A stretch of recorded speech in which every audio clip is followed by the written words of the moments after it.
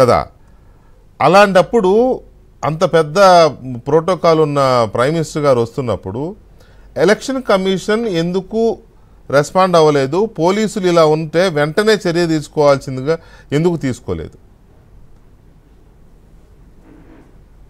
VK గారు, ఈ రోజున మా 3 పార్టీల ప్రతినిధి బృందం ఎలక్షన్ కమిషన్ దగ్గరికి వెళ్ళినప్పుడు వారు కూడా దీనిపైన సీరియస్గానే చర్యలు తీసుకునే దిశగానే మాకు అనిపించింది. ఎందుకంటే వాళ్ళకు కూడా సమాచారం అంతా వచ్చింది, ఏం జరిగిందో వాళ్ళు కూడా ప్రత్యక్షంగా చూశారు. కాబట్టి ఖచ్చితంగా మాకైతే పూర్తి నమ్మకం ఉంది, చర్యలు అయితే కఠినంగానే ఉంటాయని చెప్పి.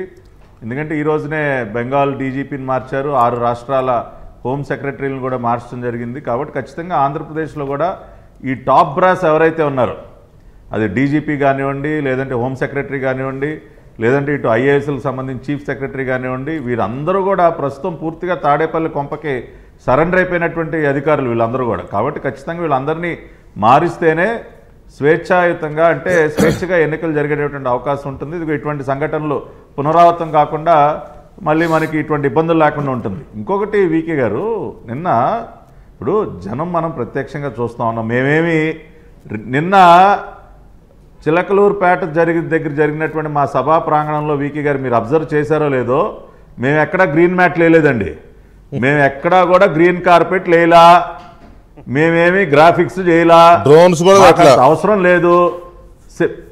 మేము డ్రోన్లు పెట్టి గ్రీన్ కార్పెట్లు వేసి ఆ సిద్ధం సభల్లాగా గ్రాఫిక్స్ చేసుకుని బతకాల్సిన అవసరం మాకు లేదు. ప్రజాగళం, ప్రజల గళాన్ని వినిపిస్తున్నాం కాబట్టే లక్షల మంది ఎస్ ఇది మా వాయిస్, మా గళాన్ని వినిపించడానికి ఈ 3 పార్టీలు ఏకమయ్యాయని చెప్పి లక్షల మంది స్వచ్ఛందంగా వచ్చారు. కాబట్టి మా గ్రీన్ కార్పెట్లతో పని లేదు, గ్రాఫిక్స్తో పని లేదు. అవన్నీ ఇప్పుడు వాళ్ళకి తెలుసు, ప్రజాస్పందన ఏ విధంగా ఉంటుందో కూడా తెలుసు, ప్రజల్లో ఉన్నటువంటి ఆగ్రహ ఆవేశాలు ఏ విధంగా ఉన్నాయో అన్నీ తెలిసి ఏదో ఒక రకంగా భగ్నం చేయాలి, ఏదో ఒక రకంగా అక్కడ ఏదో తొక్కిసలాట జరగాలి, లేదంటే అక్కడ సౌండ్ సిస్టమ్ పనిచేయకూడదు, లేదంటే ఇంకేదన్నా ప్రమాదం జరగాలి. అంటే ప్రజల్లో ఒక నెగిటివ్ ఇది క్రియేట్ చేయడం కోసం వాళ్ళు ఎంత కుట్ర పన్నారో చూడండి. ఇప్పుడు నిన్న మా వెంకటేశ్వరరావు చెప్పినట్టు ఖచ్చితంగా వైసీపీ సైకోగాలు కూడా కొంతమంది ఉండుంటారు. ఎందుకంటే పోలీసులకి వాళ్ళకి ఆ కోఆర్డినేషన్ లేకపోతే ముందుగానే పోలీసులకు కూడా సమాచారం ఉండుంటుంది.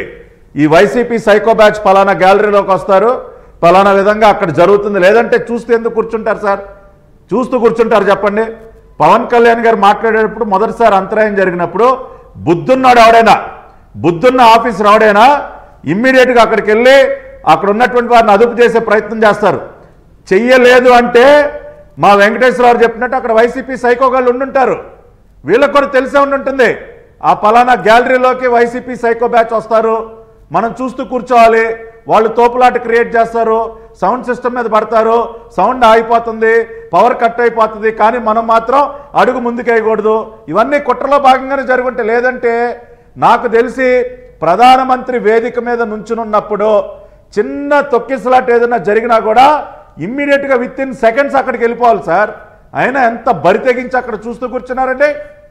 చంద్రబాబు నాయుడు గారు మాట్లాడుతుంటే మళ్ళీ అంతరాయం అన్ని తెలిసి ఒక పక్కన ఇంకొక డౌట్ చెప్పండి. మీరు అక్కడ స్పాట్ లో ఉన్నారు కాబట్టి పవన్ కళ్యాణ్ గారు మాట్లాడుతున్నప్పుడు లైట్ టవర్స్ ఎక్కితే మోదీ గారు లేచి వచ్చి పవన్ నాగు అని చెప్పి వాళ్ళందరినీ మీరు దిగండి బాబు, మీ ప్రాణాలు మాకు ముఖ్యం అని చెప్పి 1కి 4 సార్లు విజ్ఞప్తి చేసి వాళ్ళు దిగేదాకా ఆయన వదలలేదు కదా. కనీసం తర్వాతైనా అక్కడికి 4 పోలీసులు వచ్చి కాపలా ఉన్నారా? వెళ్ళలేదు సార్. మరి అది సార్ నేను అక్కడ ప్రత్యక్ష దాన్ని బట్టి అర్థమవుతుంది కదా ఇదంతా ఇంటెన్షనల్ అని. ప్రధానమంత్రి గారు ప్రధానమంత్రి గారు ఆయన 5 నిమిషాల పాటు ఆయన బతిమాలి, తమ్ముడు ఇక్కడ ఏదన్నా జరగరానిది జరిగితే అది మంచిది కాదు, అది శుభసూచకం కాదు, మీరు దయచేసి ప్రాణాల మీద తెచ్చుకోవద్దని ఆయన అంతసేపు మాట్లాడిన తర్వాత కూడా ఒక్కడంటే ఒక్కడు అక్కడికి వెళ్ళలేదు సార్. ఎందుకంటే నేను ఆ గ్యాలరీస్ పక్కనే మా మీడియా సెంటర్, ఆ జనం అంతా నుంచుని దాని పక్కనే ఆనుకునే మా మీడియా సెంటర్, మేము ప్రతిదీ చూస్తూ ఉన్నాం. ప్లస్ నేను పీసీఆర్ రూమ్ లో ఉన్నా, కెమెరాలో నేను ఒక 20 స్క్రీన్ల మీద చూస్తా ఉన్నా అక్కడ ఏం జరుగుతూ ఉందో. ఒక్కడు కూడా అక్కడికి వెళ్ళలేదు సార్. ప్రధానమంత్రి గారు ఇంటర్వ్యూ అయిన తర్వాత కూడా వెళ్ళా.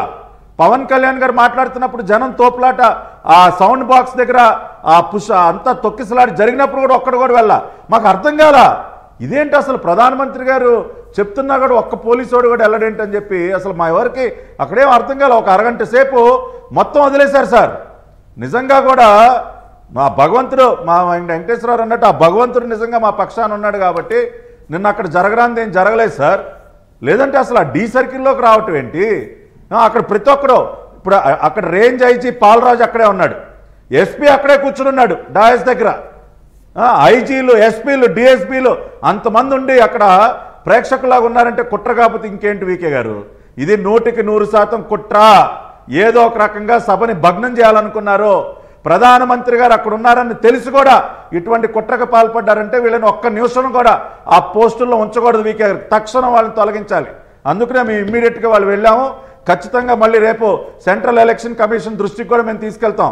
ఇక్కడ ఉన్నటువంటి సీఈఓకే కాకుండా ఢిల్లీలో కూడా ఈ ఇష్యూని రైజ్ చేయాలని చంద్రబాబు నాయుడు గారు చెప్పడం జరిగింది. ఎందుకంటే ఇంకా అనేక సభా కార్యక్రమాలు మేము ఏర్పాటు చేసుకోవాలి సార్. ఈ రకంగా ఉంటే ఇన్ని కుట్రలు పనుతా ఉంటే రేపు ప్రజలకి జరగరానిది జరిగితే ఏంటి సార్? ఎవరు బాధ్యులు దానికి? కాబట్టి ఒక్క నిమిషం కూడా వీరు ఆ పదవుల్లో ఉండటానికి వీల్లేదు. ఇమ్మీడియట్గా వాళ్ళని తొలగించి తీరాల్సిందే. రైట్. భాను ప్రకాష్ రెడ్డి గారు, జగన్మోహన్ రెడ్డి గారు కూడా చాలా సభలు పెడుతున్నారు, వెళ్తున్నారు. సిద్ధం సభ అంటారు, యుద్ధం సభ అంటారు, లేకపోతే మొన్నటిదాకా పరదాలు కట్టుకుని తిరిగి వెళ్ళేవారు. ఇప్పుడేమో పరదాలు లేవు కానీ ఇక సిద్ధం సభకి వెళ్ళి అక్కడ సరే గంట స్పీచ్ ఇచ్చి వస్తున్నారు. అక్కడ కూడా ఇలాగే జరుగుతుందా బందోబస్తు? అక్కడ కూడా ఇలాగే పోలీసులు ఏమీ